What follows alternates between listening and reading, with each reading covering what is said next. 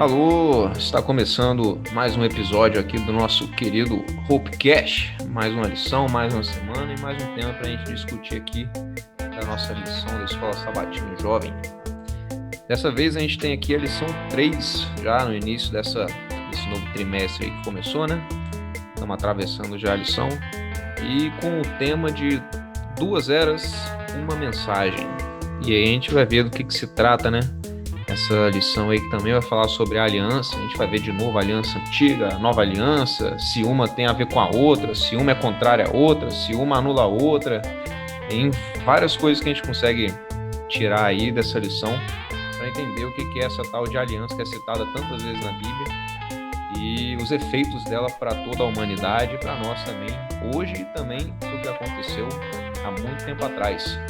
Mas claro, eu não posso estar aqui sozinho. Trouxe hoje um rapaz digno de estar aqui para conversar um tema desse. Um teólogo, profissional no assunto. Diz aí, Wildes, manda um oi pra galera. Como é que você tá? E aí, galerinha do Hopecast, aqui é o Wildes Júnior, do podcast Notas em Azul.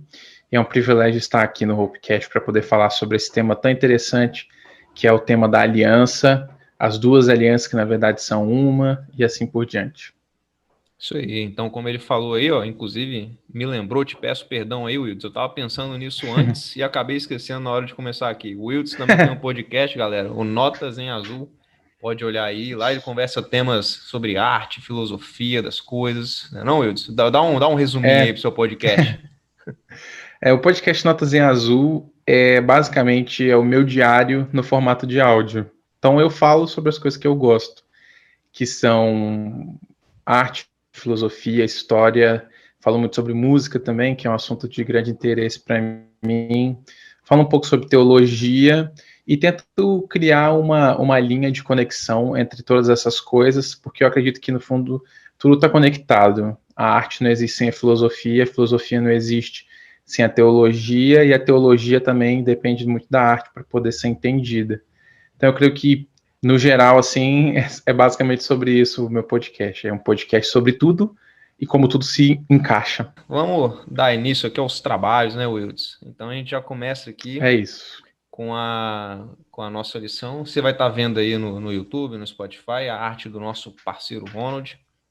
Tem esse título aí, como eu falei, 2 eras e uma mensagem. Então a gente vai ver aí algo relacionado ao tempo e a algo que atravessou o tempo aí, né? Então nesse quadrinho aí a gente tem as tábuas dos 10 mandamentos representadas. No segundo a gente tem a cruz, né, onde Jesus foi crucificado, e um quadrinho lá no final com um bacana aí, narigudo, segurando a plaquinha escrito Eu Chipo. Acho que a gente vai ver aí algo relacionado a essas duas coisas aí. E para começar aqui já então do começo, no domingo, a gente tem o título, né? Quando algo não faz sentido. E aí comenta sobre a definição dos estudiosos cristãos com relação à antiga aliança histórica, que foi aí a aliança feita com Deus, de Deus, né, com o povo, lá no Monte Sinai, e a lei que saiu também dessa aliança aí, né, com os 10 mandamentos e tal. E diz também do Novo Testamento, algumas citações que estão presentes no Novo Testamento com relação a essa antiga aliança.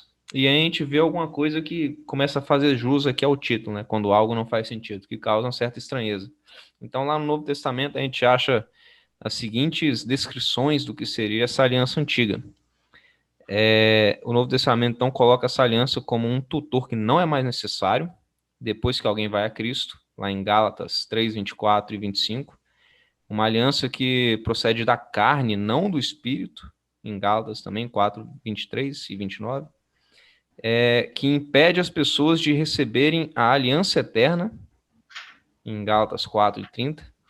Um jugo de escravidão, em Gálatas 5:1, uma letra que mata, em 2 Coríntios 3:6, um ministério que trouxe a morte e a condenação, 2 Coríntios 3, de 7 a 9, e que mantém as pessoas debaixo da lei e não debaixo da graça, em Romanos 6:14, e algo para o qual devemos morrer, a fim de nos casarmos com Cristo e receber a salvação, lá em Romanos 1 até o Romanos 7, do verso 1 até o 4. e um sistema que se tornou antiquado depois que veio a nova aliança, em Hebreus 8:13. Então aí a gente vê assim como se fosse um esculacho, né, da antiga aliança. Uhum.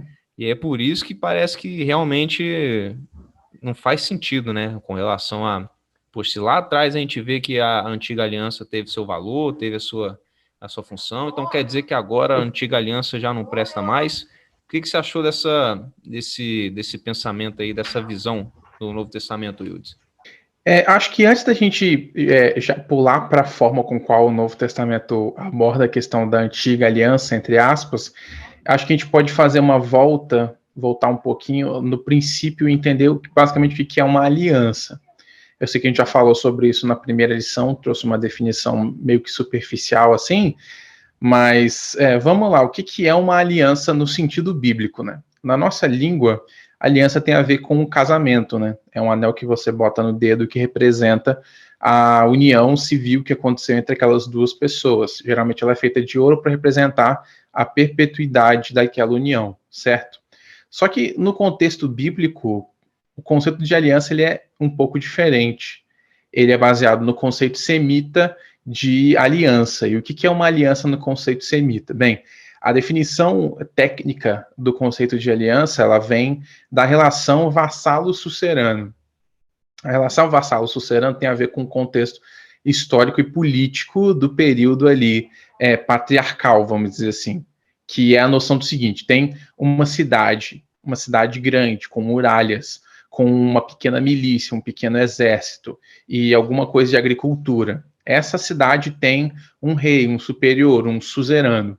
E aí uma tribo, ou então uma cidade menor adjacente, ela vai entrar em contato com esse suzerano e vai criar um pacto, ela vai buscar um pacto de proteção, de comércio, um pacto de cooperação mútua entre ambas as partes, e aí vai se estipular a base de um contrato no qual existem deveres e direitos. Nesses contratos é descrito quem que é o vassalo, ou seja, quem que é o inferior, e quem que é o superior, quem que é o suzerano, quais são as condições esperadas do suzerano, quais são as condições esperadas do vassalo, e qual será o castigo do vassalo caso ele não cumpra com a sua parte do contrato. O nome desse contrato, que vai ser traduzido como aliança, é berit. Então, uma berit é esse contrato, é essa união de poderes entre duas partes, quando uma parte precisa de algo que a outra tem para oferecer. E aí você vai ter isso registrado de forma muito extensiva desculpa. Você vai ter isso registrado de forma muito extensiva na Mesopotâmia, no Crescente Fértil, na região ali exatamente aonde depois vai ser o Iraque, depois Babilônia e tudo mais. E isso é uma coisa muito firme dentro da cultura daquela época. Era muito importante você cumprir as berites, porque as berites elas tinham, ao mesmo tempo que um caráter político e social, elas tinham também um caráter religioso. Então, geralmente, o suzerano, ele invocava na berite um poder superior. Ele dizia, olha, se esse vassalo aqui, o fulano de tal, que é o chefe da tribo, ele não atender essa necessidade aqui, eu tenho o direito de combater contra ele na guerra e ele vai ser amaldiçoado pela deidade XYZ. Então tem essa característica religiosa também. E qual que é a importância desse conceito de aliança, de berit, dentro daquilo que a gente está estudando? Bem, se você não entende o significado de uma palavra, você não vai saber usar ela da forma correta, certo? Então, a primeira vez que a ideia de aliança vai aparecer na Bíblia não é no Sinai. Então, a gente tem que dar um pé um pouco atrás. Fazendo uma visão, vamos dizer assim, superficial do livro de Gênesis, a gente pode dividir assim, né? Você tem o período antes da queda, certo? Gênesis 1, 2 e 3. Aí você tem o período da queda, e aí você começa ali com a história de Adão e Eva, depois tem Caim e Abel, e aí os descendentes de Sete e de Caim. Aí você tem o espalhamento, né, do povo de Deus e dos descendentes de Caim. Aí você tem o dilúvio, e logo após o dilúvio você tem a Torre de Babel. E a Torre de Babel é um momento importante, porque é a primeira vez que vai aparecer esse nome dentro da Bíblia, né? O nome Babel, que apesar da compreensão, vamos dizer assim, do popular, de que Babel significa confusão, na verdade Babel significa porta para o céu. Então a ideia da Torre de Babel é você conseguir ouvir o que Deus está dizendo sem precisar orar para Deus. É você se aproximar o suficiente de Deus para entender os planos dele, sem precisar se comprometer ao estar na presença dele. Essa é a ideia da Torre de Babel. É o homem indo até perto de Deus para poder saber quando vai chegar o dilúvio e se preparar, sem precisar obedecer a Deus. E aí, a ideia de Babel, ela vai existir a partir desse momento até o final da Bíblia no livro de Apocalipse, quando vai falar da grande Babilônia, que é a inimiga do povo de Deus. Então, essa ideia, que é extremamente importante no texto bíblico, ela nasce nessa narrativa, na narrativa de Babel. E logo depois de Babel, tem uma narrativa contrária de Babel, que é de quem? Que é a narrativa de Abraão. Então, se em Babel todo mundo se levantou para tentar enganar a Deus ou ser mais esperto do que Deus, a narrativa de Abraão, ela começa com Abraão sendo convidado. Então, Abraão é convidado a se separar do mundo, a se separar da sua família, porque Deus vai fazer dele uma bênção para todas as famílias da terra, certo? E aí, logo após ali alguns eventos, você vai ter o momento em que Deus promete para Abraão que ele vai ter um filho. E aí é descrita exatamente na linguagem hebraica, né, não em português, mas no texto original em hebraico, você vai ter o momento em que Deus faz uma aliança com Abraão. E ele fala: Abraão, você vai agora trazer aqui alguns animais e você vai cortar esses animais em duas partes e você vai colocar esses animais dispostos no chão e vai esperar por mim. E aí Abraão coloca os animais postos no chão, cortados em dois, né? E aí a presença de Deus na forma de chama, ela passa no meio desses animais. E interessante que quando se firmava uma berit, era esse a cerimônia que se fazia. Então as duas partes, elas se encontravam, e aí as duas partes ali colocavam aquela espécie de sacrifício no chão, e aí primeiro o suzerano vinha e depois o vassalo ia. E aquelas aves e animais despedaçados no chão representavam o que aconteceria com o vassalo caso ele não cumprisse com a parte dele do acordo. Então ambas as partes passavam e as aves representam o castigo daquele que não cumprir. Só que na aliança abraâmica, quando Deus faz a aliança com Abraão, é interessante que Abraão está tomado de temor e alguma coisa diz para ele que ele tem que ficar na dele naquele momento, né? E aí só Deus passa pelo meio das aves e dos animais cortados. E a simbologia disso é de que a aliança que Deus faz com Abraão, ela não depende da ação de Abraão. Ela é tomada única e exclusivamente pela prerrogativa e pela vontade de Deus de fazer uma aliança com Abraão. Então, não é como se Abraão tivesse que cumprir alguma coisa para estar dentro da aliança. Deus escolheu Abraão para ser a personificação, vamos dizer assim, para ser o conduto da ação dele no mundo, e agora Deus tomou isso como uma realidade, como algo que vai acontecer, e ele vai fazer todo o possível para poder concretizar isso. E a forma que ele demonstra isso para Abraão é usando o linguajar político e social do tempo de Abraão. Ele faz um contrato com Abraão e ele é o único que passa por dentro dessa parte final do contrato, que representa o selamento dessa aliança, desse berit. Então, a primeira aliança explícita da Bíblia é a aliança abraâmica. É a aliança que acontece ali com Abraão, quando ele é convidado, não para obedecer simplesmente uma regra, uma norma, para ser alguma coisa, vamos dizer assim, especial, mas ele é convidado para poder cumprir a vontade de Deus. E essa é a aliança primordial que durante toda a Bíblia a gente vai ver prefigurada, que no Antigo Testamento vai ser chamado de Berit Olam, aliança eterna, porque os filhos de Abraão, eles vão tentar, vez após vez, se afastar de Deus, e Deus, por amor de Abraão, ou seja, por causa da aliança que ele fez com Abraão lá no passado, ele volta atrás e ele traz redenção para os seus filhos e ele os liberta do cativeiro, seja ele espiritual, seja ele físico e político de verdade.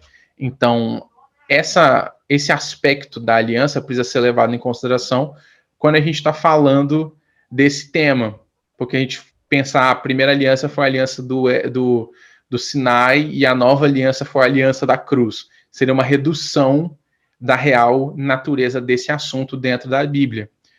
Os estudiosos da aliança, e existem estudiosos cristãos e estudiosos judeus que vão olhar a Torá e buscar esse padrão da aliança, eles vão dizer de que a primeira aliança ela acontece no Éden, quando Deus coloca o homem e prescreve para o homem uma função, a função de guardador, de jardineiro do jardim do Éden. Então fala, ó, você vai dar nome para isso aqui, você vai cuidar disso aqui, mas você vai lembrar que eu sou o dono, porque eu vou vir todos os dias aqui com você, e existe ainda o sinal máximo de que eu sou o dono disso tudo, que é o sábado. Então, o sábado sendo um dia especial e separado como referência à semana original da criação, ele representa o selamento da aliança do Éden, do homem estando sobre a tutela e proteção e sobre a influência do suzerano que é Deus. Então, existe toda esse panorama que precisa ser levado em consideração quando a gente está falando sobre a ideia de aliança dentro da Bíblia. Perfeito, Wilton. Extraordinário aí. Acho que a gente consegue fazer um curso de aliança aí, né? Para lançar para a galera. Consegue, tem bastante coisa para poder estudar sobre aliança. Porque existem várias no Antigo Testamento, não existe só a do Sinai, nem só a de Abraão. Na verdade, toda vez que a palavra aliança aparece na Bíblia, ela está sempre num contexto importante. Ela é uma expressão muito importante dentro do Antigo Testamento e do Novo também, mas especialmente do Antigo Testamento, por essa característica do berit, que é algo muito importante. Infelizmente, por a gente estar desassociado da cultura original no qual o texto foi produzido, a gente não tem essa noção quando a gente lê a palavra. Mas existe todo esse vamos dizer assim, esse arcabouço social, essa bagagem social que precisa ser levada em consideração, senão a gente está interpretando o texto com base na nossa realidade atual e não com base naquilo que aconteceu de verdade no texto bíblico. Isso aí, a gente pensa em aliança, como você falou, às vezes o foco é dado nessas duas, mas na realidade a aliança ela tem várias, vamos colocar assim, ramificações através da história da Bíblia. Então, você falou a primeira explícita foi com Abraão, mas a gente teve uma aliança lá no Éden também.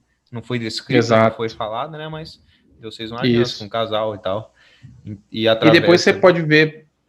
E quando você tem ali o sacrifício do primeiro cordeiro, quando o homem ele é expulso do jardim, pode ser considerado também uma aliança, porque naquele momento, teoricamente, Adão e Eva descumpriram os termos da aliança, né? Eles deixaram de ser fiéis a Deus, logo, eles têm que sofrer a punição pelos pecados deles. Mas não, Deus vai lá e fala, olha, eu vou cortar aqui um cordeiro e eu vou dar para vocês aquilo que vocês não podem ter. Então já é uma ação de graça, né?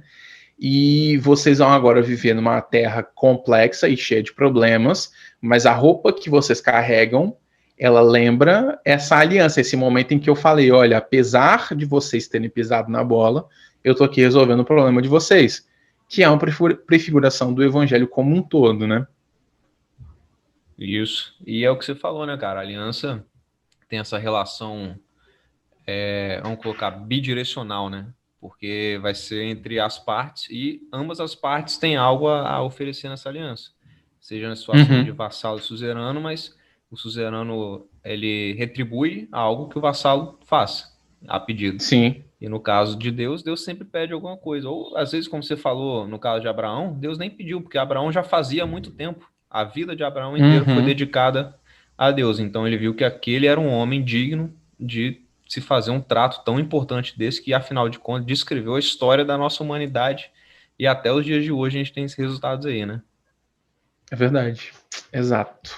E aí, muito a gente viu esse papo aí e tal sobre as alianças, e, pô, parece uma coisa muito, muito bonita, muito legal. Por que a gente vê esse lado assim obscuro, então, né, do que foi a aliança histórica antiga.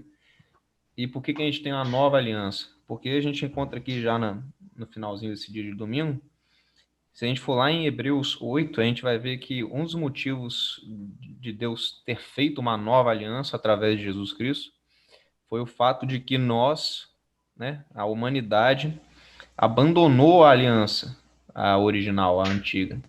E aí, por isso, Deus também se quebrou um dos lados da corrente, a corrente então se soltou. E aí Deus, Exato. misericordioso do jeito que é, nos oferece uma nova aliança, que é uma aliança tão boa que, mesmo que a gente não queira, ela está aí disponível para a gente e tal, que foi o sacrifício de Jesus Cristo, um sacrifício eterno. E a gente tem uma nova chance, né, de contribuir aí para a história do mundo e para o evangelho e também para o que vai vir, né, daqui a um futuro não muito distante. A compreensão que muitos estudiosos têm sobre essa questão da aliança antiga ser suplantada pela nova é a ideia de que, na verdade, a aliança vai se expandindo. Então, vamos pensar da seguinte forma: vamos usar o exemplo de Abraão, né? Quanto que Abraão sabia sobre a vontade de Deus? Ele sabia aquilo que ele tinha experimentado. Então, ele viveu aquilo que ele viveu e ele viveu por aquilo que ele viveu. Então, ele teve as experiências dele e ele tinha o conhecimento que ele havia recebido por tradição a respeito de Deus, e isso foi o suficiente para guiar ele através do tempo que ele viveu aqui na Terra, na presença de Deus, certo? Agora, o quanto que, vamos supor, Jacó sabia sobre Deus? Ele sabia mais, porque ele já era neto de Abraão. Então, teve Abraão, teve Isaac, e agora tem Jacó. E depois você vai ter os filhos de Jacó, e eles ainda vão ter uma revelação ainda maior. Por quê? Porque eles passam por toda a experiência de José, né? Eles vão para o Egito e tem toda aquela situação. Então, eles experimentam um nível de revelação muito maior do que Abraão, por exemplo. A própria profecia vai dizer para Abraão que Abraão vai viver a vida inteira indo em direção à Terra Prometida, mas ele sabe que não vai ser no tempo dele, porque desde o começo o anjo fala para ele que, olha, você vai viver peregrinando pela Terra e daqui não sei quantos anos é que os seus descendentes vão morar na Terra. Então a Terra é sua, mas você não pode tomar posse dela ainda. Então é uma progressão, é um caminho que vai se expandindo em quantidade e em especificidade. E aí você chega, por exemplo, na época de Davi, aí você já tem vários livros da Bíblia escritos, você já tem diversas instituições mesmo que vão, teoricamente, né, existir em função de proteger o povo de Deus e dar a estrutura que o povo de Deus necessita para poder existir. E assim a vida dessas pessoas nesse estágio, ela é mais privilegiada, vamos dizer assim, porque elas têm acesso a muito mais do que os primordiais, no caso, os patriarcas, né? E isso é realidade com todos os cristãos. Tipo, hoje a gente, por exemplo, tem a Bíblia inteira. Então a gente tem aí 66 livros para a gente poder entender a vontade de Deus. E esses 66 livros são bem completos, eles abrangem praticamente tudo aquilo que a gente pode pensar sobre a nossa vida, está de alguma forma prefigurado dentro da Bíblia. E a gente não precisa de muita imaginação para poder entender a realidade que Deus quer para a nossa vida. Está escrito muita coisa, a gente pode simplesmente ler e entender. Então a gente está num estado de revelação muito superior ao dos patriarcas. Então a gente não vai ser cobrado, a gente não deve viver da forma que os patriarcas viviam. Tipo assim, Abraão não podia estudar o livro de Apocalipse, porque o livro de Apocalipse não tinha sido escrito ainda. Mas a gente pode, a gente deve, porque a gente tem acesso ao livro de Apocalipse, entendeu? Então existe esse mesmo caráter dentro da aliança. A aliança com Abraão, ela é aliança para abençoar o mundo por na Terra Prometida. O que vai acontecer depois? Bem, você vai ter o evento do Akedah, que é ali Gênesis 22, quando Deus pede para Abraão sacrificar o filho dele. Aquilo ali é uma prefiguração cristocêntrica. É Deus mostrando o que iria acontecer com Jesus quando ele, Deus o Pai, colocaria seu filho no altar pelos pecados da humanidade. Então, naquele momento, Abraão entende como vai ser o futuro da revelação, como que vai ser o futuro da ação de Deus aqui na Terra. Mas ele não sabe quando, ele não sabe como, ele não sabe aonde, ele não tem noção nenhuma de como tudo isso vai acontecer. Agora, os cristãos primordiais, a galera do primeiro e segundo século, eles podiam olhar para trás e falar assim, não, mas eu conheci o João, eu conheci o Pedro, eu conheci o Paulo. Não apenas Jesus morreu na cruz, mas eu conheci quem conheceu a ele. Então, a revelação e a aliança vai ter esse caráter expansivo. Em alguns sentidos, quando se expande, se mostra de que algumas características da aliança primordial, eles eram educativos, eles eram prefigurativos de uma realidade que se tornaria patente. Mas eles em si não eram o fim, eles eram apenas um meio para dirigir a algo. E nesse sentido, já adiantando, né, aquilo que Paulo fala, a compreensão que a gente tem que ter da aliança, especialmente na literatura paulina, naquilo que Paulo fala, ela está sempre associada com o sacrifício de Cristo. E Paulo vai falar em diversos livros, de forma bem extensiva, sobre a função do sacrifício de Cristo. E a função do sacrifício de Cristo é tornar real aquilo que era prefigurado no Antigo Testamento, aquilo que foi dito que iria acontecer, acontece em Cristo. E essa é a compreensão que eu acho que é a chave da aliança, para a gente entender as duas, né? Não é entender elas como opostas, porque essa noção oposta da aliança, ela tem a ver com algo chamado dispensacionalismo, que é a noção de que Deus vai agir de formas diferentes ao longo do tempo. Então existiu a dispensação dos patriarcas, existiu a dispensação davídica, existiu a dispensação pós-davídica, existiu a dispensação de Cristo. Em cada um desses momentos, Deus age de uma forma totalmente diferente. Essa é uma compreensão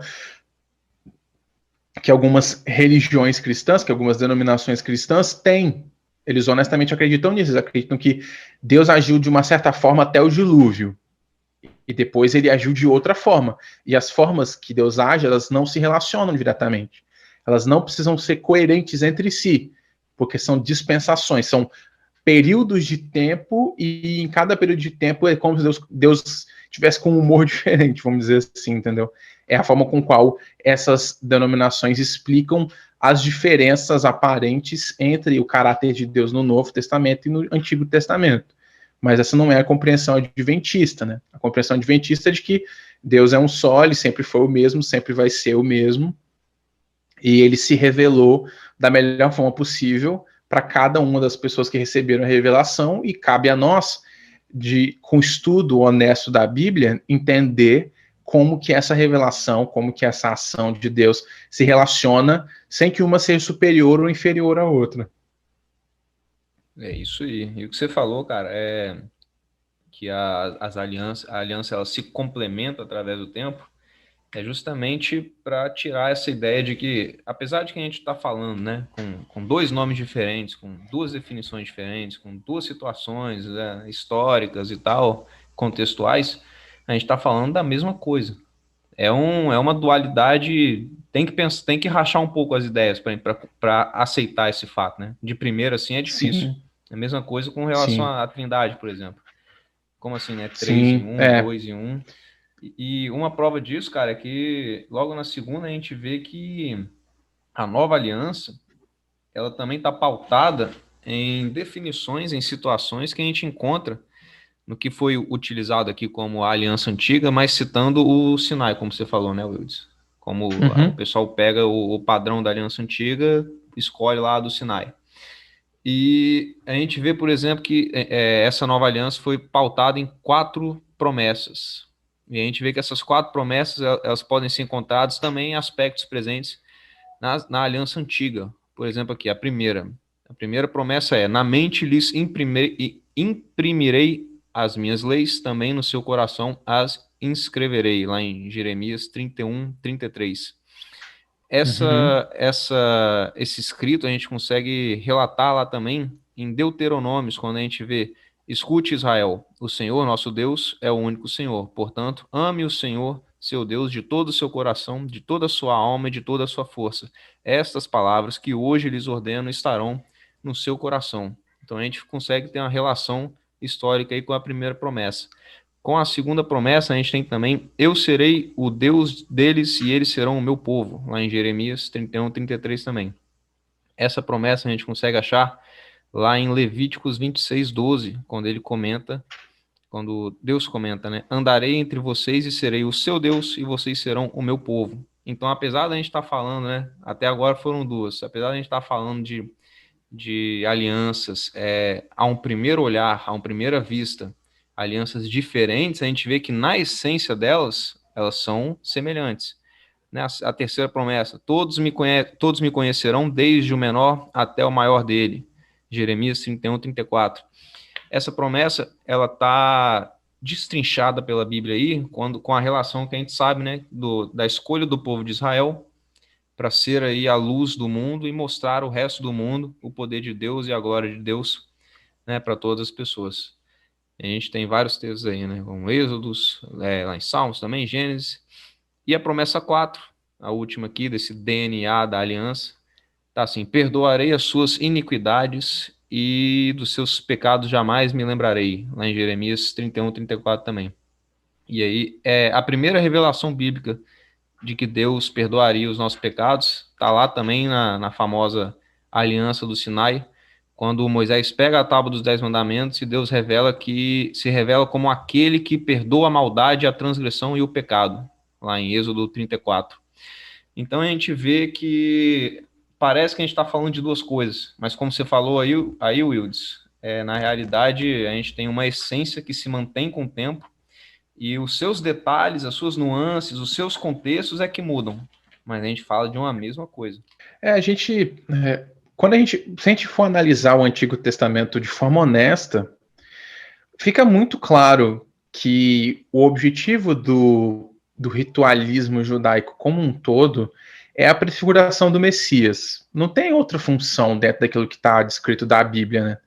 Não é simplesmente criar um estado superior aos outros, não é fazer uma nação que seja conhecida internacionalmente por ser muito rica, por ser muito inteligente. Não, desde os primórdios da fundação do que a gente entende como povo de Israel, o objetivo é bem simples, é você criar um ambiente no qual o Messias vai vir e vai fazer a sua obra de Messias dentro da terra. Você vê toda a cerimônia, quer dizer, todo o cerimonialismo judaico em torno das festas tem a ver com a expectativa do Messias. Você tem duas festas que são as mais importantes. Você vai ter o Yom Kippur, que é o dia da expiação, e você tem a Páscoa, que é a Páscoa, né? Então, o dia da expiação era um dia muito, muito, muito importante. Até hoje é para os judeus, né? Porque ele é o dia no qual todos os pecados eles são limpos do santuário. Então, no santuário original, quando um sacerdote ele matava um cordeiro pelo pecado, que era essa era a simbologia, esse era o cerimonial, né? Você percebeu que fez alguma coisa errada, você vai até o sacerdote, você entrega um cordeiro e pede para que aquele cordeiro seja sacrificado pelo seu pecado. Então, aquele cordeiro vai ser sacrificado junto de você, você vai receber um pouco do sangue desse cordeiro sobre você, e um pouco desse sangue vai para o santuário, para a tenda, né? E vai ser jogado na última cortina antes do Santo dos Santos, que é o ambiente mais fechado do santuário, aonde apenas o sumo sacerdote podia ir. Então, durante todo o ano, era jogado o sangue desses cordeiros na cortina do santuário, representando que o pecado desse cidadão, desse indivíduo, não estava mais sobre ele, mas estava sobre o santuário. E aí, no dia da expiação, quando o sacerdote podia entrar no Santo dos Santos, e só o sumo sacerdote, que era o sacerdote mais alto, o que ele fazia era a limpeza cerimonial dessa cortina. Então, ele pegava todos esses pecados e ele colocava esses pecados cerimonialmente sobre dois bodes. Um bode era queimado em holocausto e outro era lançado no deserto, representando o quê? Um bode representa Cristo e o outro representa Satanás. Então Jesus recebe o castigo por aqueles pecados e o outro bode, o bode Azazel, ele representa Satanás sendo excluído de toda a dinâmica da salvação. Então, se você nega a característica messiânica, instrutiva, pedagógica desse cerimonial, então você não entendeu nada, entendeu? Tipo, a ideia de você matar um cordeiro que tem que ser limpo, ou seja, não pode ter nenhum tipo de deformação, não pode ser o que sobra, tem que ser um cordeiro bonito e perfeito, e ele morre por você, já é bem claro que é uma simbologia para o sacrifício de alguém perfeito em nome de quem cometeu um erro. E aí, não fosse isso suficiente, existe esse sacrifício, né, que é o holocausto, que vem do grego, né, holocausto, ou seja, totalmente queimado, no sentido de que aquele cordeiro ele foi completamente destruído. Ou seja, quando Jesus morre na cruz, ele não morre meio morto, ele morre por completo, tipo, ele recebe todo o castigo e esse castigo é suficiente para poder destruí-lo como um todo. Ele morre a morte eterna, a morte que aqueles que não aceitarem a salvação vão receber. Ele morre essa morte, mas a vida que há nele é maior do que a morte do holocausto. Então, é bem claro qual que é a função desse ritual dentro da religião judaica. É dizer para todo mundo bem assim, olha só, no futuro vai vir uma pessoa que ele vai fazer o que esse cordeirinho está fazendo. Ele vai receber sobre ele o, o peso de todo o pecado da congregação, e no dia final ele vai limpar tudo isso e vai estar resolvida toda a situação. Então, essa é a simbologia do santuário. Não é à toa que para a igreja adventista a doutrina do santuário é uma doutrina tão importante, porque nela está concretizada toda a história bíblica, todas as alianças que prefiguravam a concretização do plano da salvação. E nós, na verdade, não somos os únicos que acreditam assim. Existe uma pequena parte do mundo judaico que acredita que existe um santuário de verdade no céu. E, bem, o assunto aqui não é santuário, mas acho que deu para entender o que a gente quer dizer, né? Quando a gente vai lá quando a gente vai para Hebreus 10, realmente Paulo vai dizer, né, no verso 1, que a lei é apenas uma sombra das coisas boas que estão por vir, e que a lei não é uma realidade nela mesma. Ora, realmente, quando você pega a lei cerimonial, ela não é uma realidade nela mesma. Ela não tem a capacidade de salvar ninguém, nem de proteger ninguém contra o pecado. O problema dos judeus no tempo de Jesus, e, bem, não vamos fazer julgamentos aqui, mas de acordo com aquilo que o Novo Testamento fala, é a compreensão de que as obras da lei, ou seja, cumprir a lei mosaica, cumprir a lei cerimonial, representava a salvação, te colocava na posição de salvação. Mas a função da lei não é essa. A função da lei é apontar para quem vai te dar a salvação. Então, nesse sentido, Paulo está mais do que correto, porque a lei realmente não é uma realidade nela mesma. Ela não existe como um fim em si própria. Ela é a prefiguração daquilo que estava por vir, daquilo que está por vir. Quando todos aqueles que estiverem na presença de Deus no momento da volta de Jesus forem levados para o céu e depois voltarem para a terra, nós não vamos viver numa sociedade sem lei. Não vamos viver numa vida de devassidão e total falta de regras. Não, muito pelo contrário, vai ser uma sociedade perfeita, vai ser uma vida perfeita. Por quê? Porque todos nós vamos viver de acordo com a lei de Deus e isso vai ser um prazer para todos. Então, realmente, a lei não é uma coisa em si mesma. Ela prefigura uma realidade onde você não vai precisar ouvir não matarás. Uma realidade onde matar não é uma possibilidade. Não porque também os seres humanos não serão seres morais, mas porque simplesmente não vai ser de modo algum interessante para um ser humano agir dessa forma. É simples assim. Perfeito. E isso aí que você falou, cara, das cerimônias e dos rituais. Quando a gente tem, antes de Jesus, a gente tem esses detalhes aí, como você falou, né? Do sacrifício do cordeiro e dessas coisas, como a circuncisão também. E quando vem Jesus, esses rituais que falavam dele passam a não ser mais necessários, porque Jesus cumpre a sua função, mas ele deixa também alguns outros rituais, como o batismo e a Santa Ceia. Sim. Então, não é anulação, sobreposição e, enfim, abandono da. Não. Tudo se relaciona, tudo tem seu sentido. Eu tenho para mim, cara, uma certeza assim que quando a gente fala de Bíblia e de Deus, a gente tem que entender que duas coisas não podem se contradizer. Por mais que à primeira vista elas pareçam, a gente tem que entender Uhum. que Deus é um Deus perfeito, lógico, sensato. E aquilo que está escrito foi escrito através dele. Então, por mais que através de contexto humano, da literatura humana, de mãos humanas terem escrito aquilo, a gente tem que buscar qual é o real sentido por trás das palavras e das letras e das traduções, porque a gente não pode criar contradições quando a gente trata de Deus. Sim.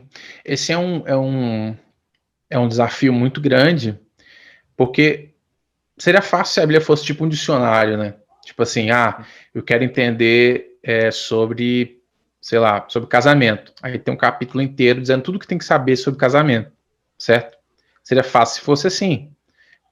Mas a questão é que a Bíblia ela não se expressa dessa forma. Primeiramente, porque a Bíblia não foi criada dentro de um contexto, vamos dizer assim, filosófico, dialético, greco-romano, que é a forma com qual a gente entende a racionalidade, né?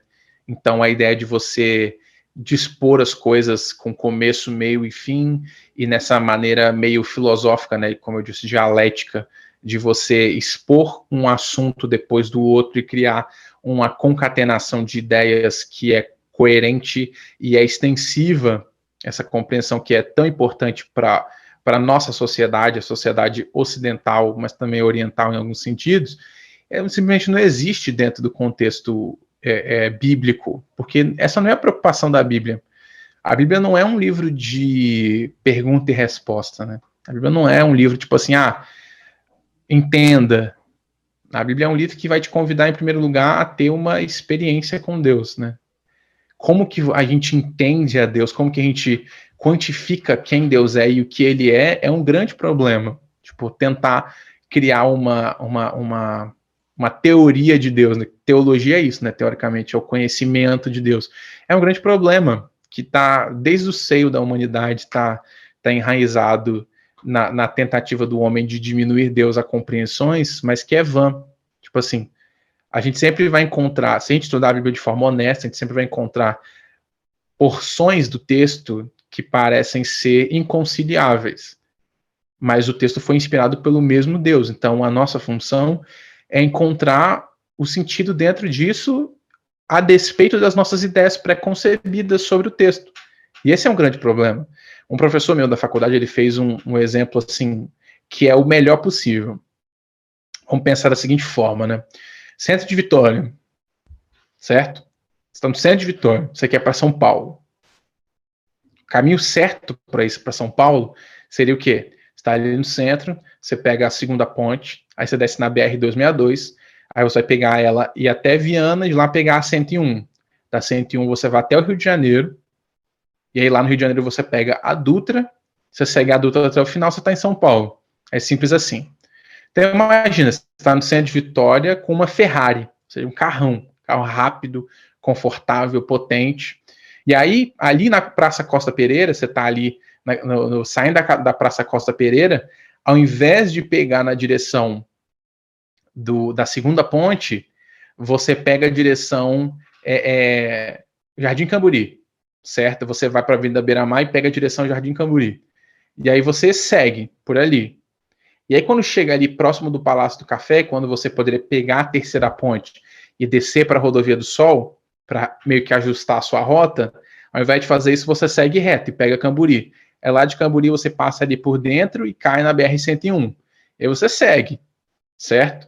Segue, segue, segue, segue, segue. Quanto que você vai chegar em São Paulo?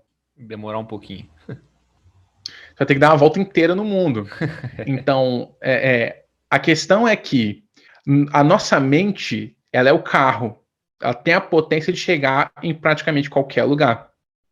Só que, se você toma uma decisão logo no começo da sua jornada de compreensão, e isso vale para qualquer área do conhecimento, seja teologia, qualquer área mesmo. Se você toma uma decisão de que o certo é X, as suas consequências vão ser sempre de acordo com X, a não ser que você volte atrás e se coloque na direção Y, entendeu?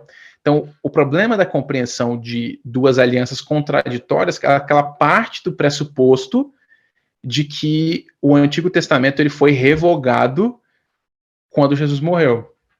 Se você parte desse pressuposto, você vai sempre se distanciar de qualquer compreensão que te afaste desse pressuposto. A única forma de você chegar a uma compreensão diferente dessa é voltar para o ponto zero e abandonar esse pressuposto.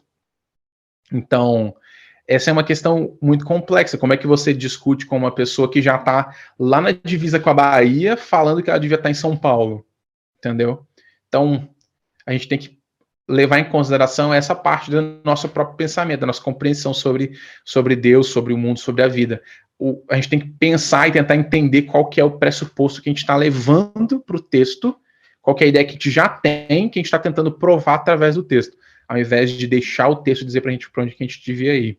Exatamente, mano. E aí que a gente vê que, mesmo nos assuntos nebulosos, a gente precisa firmar a cabeça para não parar do outro lado do planeta. Ainda mais com relação à Bíblia, cara, que conta uma história que tem início, tem meio e tem fim. Não adianta eu furar o meio para puxar o final para o início, eu vou me confundir, vou acabar perdendo no caminho aí. Muita coisa vai deixar de fazer sentido ou vai se confundir ainda mais na minha cabeça. E com a aliança, a gente consegue fazer aí da mesma forma didática, que é um tema interessante para a gente entender, para a gente conhecer, para a gente saber o que foi feito, o que deixou de ser feito, o que deu certo, o que deu errado e o que a gente pode aplicar e deixar de aplicar na nossa vida para fazer aí a nossa parte também na aliança que Deus tem com a gente hoje. Meu mano Wildes, é isso. Tudo que é bom dura pouco. E a gente atravessou um tempo aqui, cara, que passou rapidinho ouvindo essa... Falei pra caramba, né? Rapaz, eu te juro, cara, foi uma aula que eu tomei aqui, bom demais. Eu acho muito bom quando eu ouço, né, uma propriedade no assunto. E aí, cara, eu queria te deixar aí uma missão... Propriedade no assunto. Quem fala com propriedade aí, ó. E eu queria deixar com você, cara, uma missão nesse final, que é se alguém caiu aqui no nosso podcast, caiu nesse papo que a gente está tendo aqui agora e precisa levar uma coisa do que a gente falou para a cabeça, para entender, para levar dessa conversa aqui, o que você diria para essa pessoa? Olha, eu diria para essa pessoa o seguinte, a aliança original de Deus com Abraão, e a mesmo do Éden e da cruz, eles representam apenas uma coisa, é Deus agindo pelo ser humano a despeito do ser humano. Então, se você tem dúvidas sobre esse assunto, eu te convido a ler a história de Abraão. Ela é, em muitos aspectos, já um resumo da história de todos os crentes. É o convite de Deus para abandonar o mundo, para viver de acordo com a vontade dele, e ser testado nessa vontade vez após vez, e observar Deus agindo de forma graciosa a despeito da nossa não vontade para com isso, da nossa indisposição de viver de acordo com a vontade de Deus. Então, da mesma forma que Deus passou no meio dos animais cortados, representando para Abraão, de que ele estava tomando uma aliança consigo mesmo, baseada nas suas próprias prerrogativas, ele faz o mesmo conosco hoje. Ele não depende de nós, não depende da nossa disposição, ele não depende de nada. Ele escolheu que ele vai nos perseguir com a sua bondade, nos perseguir com a sua salvação, e isso vai acontecer independente da gente querer ou não. A nossa única escolha é aceitar receber essa graça ou não. Essa é a única decisão que a gente pode tomar. Sensacional, Wildes. Foi bom demais ter você aqui, cara, com a gente hoje. E chegamos aí, então, ao final de mais um Hopecast. Eu agradeço aí a participação do Wildes. Agradeço também você que ouviu, compartilhou, tá ouvindo aí a gente. Se você quiser conhecer mais aqui da nossa galera, pode entrar no Instagram, @HopeClassVix. Você pode seguir lá a gente, dar uma sugestão, fazer uma crítica também. E se quiser participar, vai ser muito bem-vindo. Pode entrar também lá no podcast do Wildes, se eu não me engano, Wildes, é @Notas em Azul também, né? Isso, tem lá no Instagram e tá em todas as plataformas digitais, tá no Spotify, Deezer, Apple Podcast, Google Podcast, Castbox, Spreaker, tá tudo quanto é lugar. E é de graça, então. Todas essas coisas que você falou aí, eu conheço no máximo 3, então o cara tá Tá expandindo aí. É. Bom demais. Tem que ir onde as pessoas estão, né? Perfeito, mano. E é um prazer fazer aqui mais um podcast, então, finalizando mais um episódio. E nos encontramos, claro, semana que vem. Um forte abraço, tudo de bom pra você e que Deus esteja com você.